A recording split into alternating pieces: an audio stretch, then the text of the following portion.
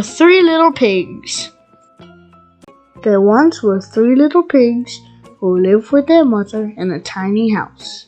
As the little pigs grew bigger, the house grew smaller, and soon it came time for them to go out into the world and build houses of their own. The first little pig hastily built her house of straw. The second little pig took a bit more time. He built a house of sticks. And the third little pig, who was smarter than the others, took the longest. She built a house of bricks.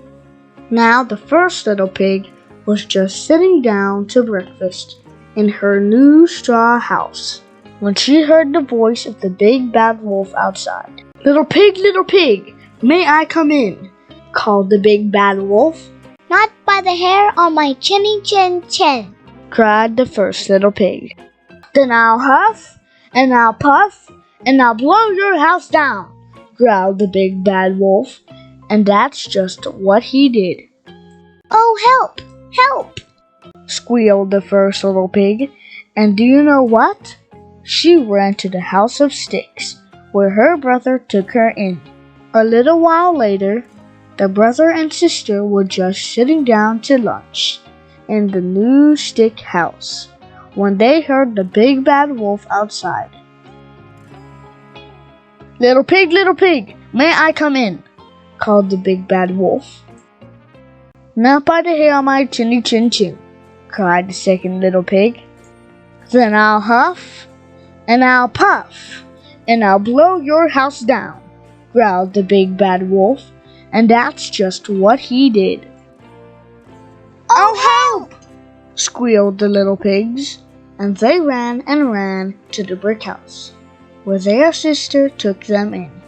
A little while later, the 3 little pigs were just sitting down to a bubbling hot stew. Sure enough, they heard the big bad wolf outside. Little pig, may I come in?" called the big bad wolf.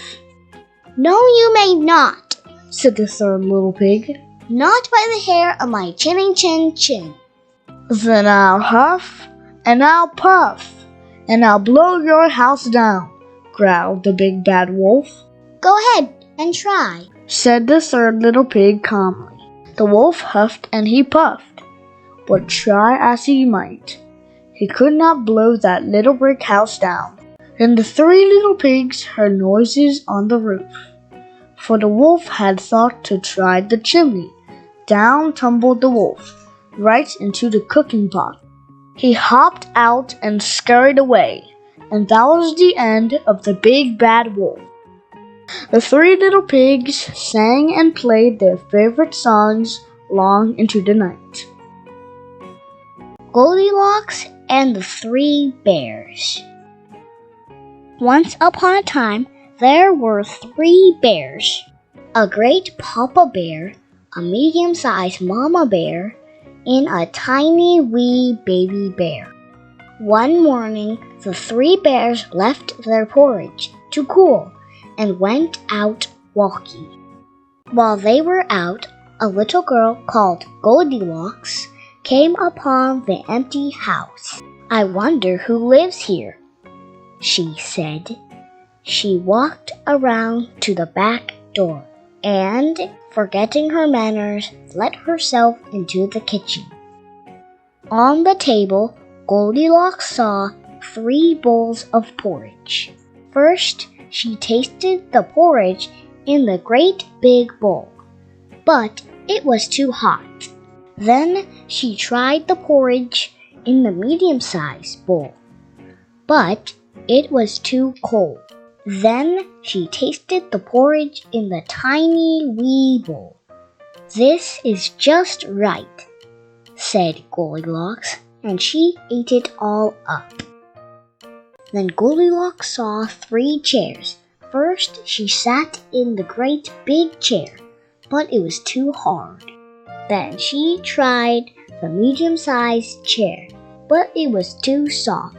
Then she sat in the tiny wee chair. "This is just right," said Goldilocks. But no sooner did she say those words than crack! The tiny wee chair broke into bits. All this excitement made Goldilocks sleepy, so she climbed the stairs to the bedroom. There she saw 3 beds. First, she laid down on the great big bed, but it was too hard. Then she tried the medium-sized bed, but it was too soft. Then she laid down on the tiny wee bed. "This is just right," said Goldilocks, and she soon fell fast asleep. After a while, the 3 bears came back. When Papa Bear saw his bowl, he roared, "Somebody's been eating my porridge!" And Mama Bear growled, "Somebody's been eating my porridge!" And Baby Bear squeaked, "Somebody's been eating my porridge," and ate it all up. When Papa Bear saw his chair, he roared, "Somebody's been sitting in my chair!" And Mama Bear growled, "Somebody's been sitting in my chair!" And Baby Bear, well, you know what happened to his chair. He squeaked, "Somebody's been sitting in my chair," and broke it all to bits. So they all went into the bedroom.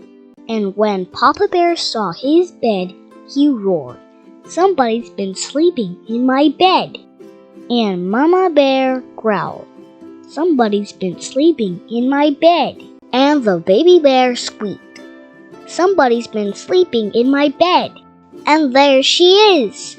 Goldilocks heard the noise and woke with a start. When she saw the 3 bears, she sprang from the bed, jumped out the window, and ran home as fast as her legs would carry her. Her mother and father were happy to see her, and the 3 bears lived happily ever after too. Little Red Riding Hood. There once was a little girl who always wore a red cloak with a hood, so everyone called her Little Red Riding Hood. One day her mother gave her a basket of biscuits to take to her granny, who was not feeling well. Little Red Riding Hood set off, and she had not gone very far before she met a wolf. "Good morning," said the wolf. "Where are you going in such a beautiful red cloak?" "I'm taking this basket of biscuits to my granny, who is ill in bed," Little Red Riding Hood replied.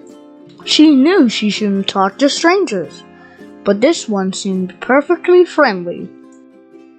"I hope your granny doesn't live too far away," said the wolf. "Oh no," said Little Red Riding Hood. "She lives in the cottage at the end of the path." Now the wolf figured a week-old granny would make an easy meal, so away he ran, taking a shortcut straight to Granny's cottage. He knocked at her door. "Who's there?" Granny called. "It's your little granddaughter," said the wolf in a high voice. "Lift the latch and let yourself in, dear," said Granny. The wolf lifted the latch, found Granny inside, and swallowed her in one gulp. Then he put on Granny's nightcap and climbed into her bed. Before long, Little Red Riding Hood knocked at the door. "Lift the latch and let yourself in," called the wolf. Little Red Riding Hood lifted the latch and walked into the cottage. She took a few steps toward the bed and said, "Why, Granny, what big eyes you have!" "All the better to see you with, my dear," said the wolf. "And Granny, what big ears you have!" "All the better to hear you with, my dear." "And Granny, what big teeth you have!" "All the better to eat you with, my dear," growled the wolf. He jumped out of bed and ate Little Red Riding Hood in one big gulp. That might have been the end of Little Red Riding Hood, but luckily a woodcutter chopping wood near the cottage, heard the wolf's growls and came to look. When he saw the wolf in Granny's glasses, he gave him a big scolding, and the wolf let Little Red Riding Hood and her granny step out unharmed. Embarrassed, the wolf ran away. Do you remember the biscuits? They were still in the basket waiting, and they made a fine treat. The City Mouse and the Country Mouse. Once upon a time, there was a poor country mouse. Her cousin, the rich city mouse, came to visit. "Wow," said the city mouse, seeing how her cousin lived.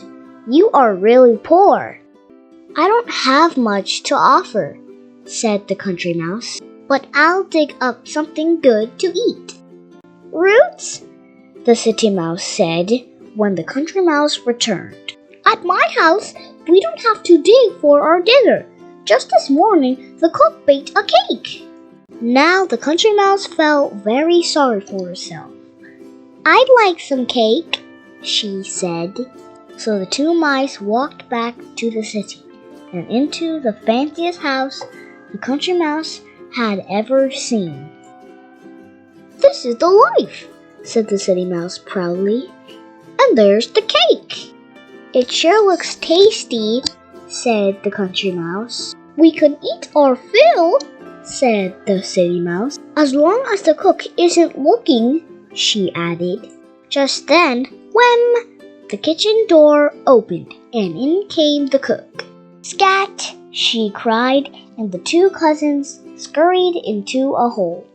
"No problem," whispered the city mouse. "We'll have another chance in just a second." But when they crept out again, the cook chased them with a broom. "Don't worry," said the city mouse, all out of breath now. "That cake isn't going anywhere." They waited 2 hours and got very, very hungry. Can you guess what happened when they came out again and started to nibble? In came the cat. The cousins ran back into the hole. As they huddled there, hungry and terrified, the cat sat watching, ready to pounce. Country Mouse started thinking fondly of her field and home. At home, she could have tasty roots and dry wheat stalks for dinner.